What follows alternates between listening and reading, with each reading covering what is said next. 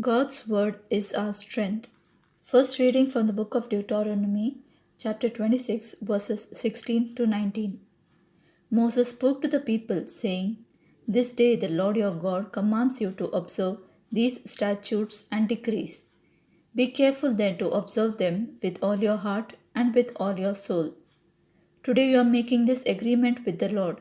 He is to be your God, and you are to walk in His ways, and observe His statutes, commandments, and decrees, and to hearken to His voice. And today the Lord is making this agreement with you. You are to be a people peculiarly His own, as He promised you, and provided you keep all His commandments.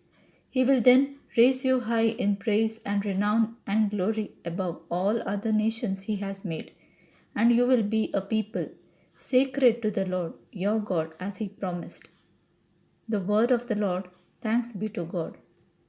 Responsorial Psalm, Psalm 119, verses 1 to 2, 4 to 5, and 7 to 8. Blessed are they who follow the law of the Lord. Blessed are they whose way is blameless, who walk in the law of the Lord. Blessed are they who observe His decrees, who seek Him with all their heart. Blessed are they who follow the law of the Lord. You have commanded that your precepts be diligently kept. Oh, that I might be firm in the ways of keeping your statutes. Blessed are they who follow the law of the Lord. I will give you thanks with an upright heart. When I have learned your just ordinances, I will keep your statutes. Do not utterly forsake me. Blessed are they who follow the law of the Lord. Verse before the Gospel, 2 Corinthians chapter 6, verses 2b. Behold, now is a very acceptable time. Behold, now is the day of salvation. Holy Gospel of Matthew, chapter 5, verses 43 to 48.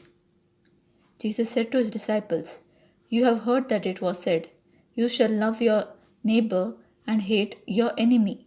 But I say to you, love your enemies and pray for those who persecute you, that you may be children of your heavenly Father, for He makes His sun rise on the bad and the good, and causes rain to fall on the just and the unjust.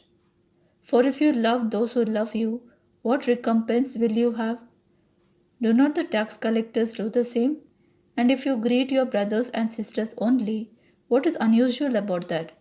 Do not the pagans do the same? So be perfect, just as your heavenly Father is perfect. The word of the Lord. Praise to you, Lord Jesus Christ. May the Lord bless us all.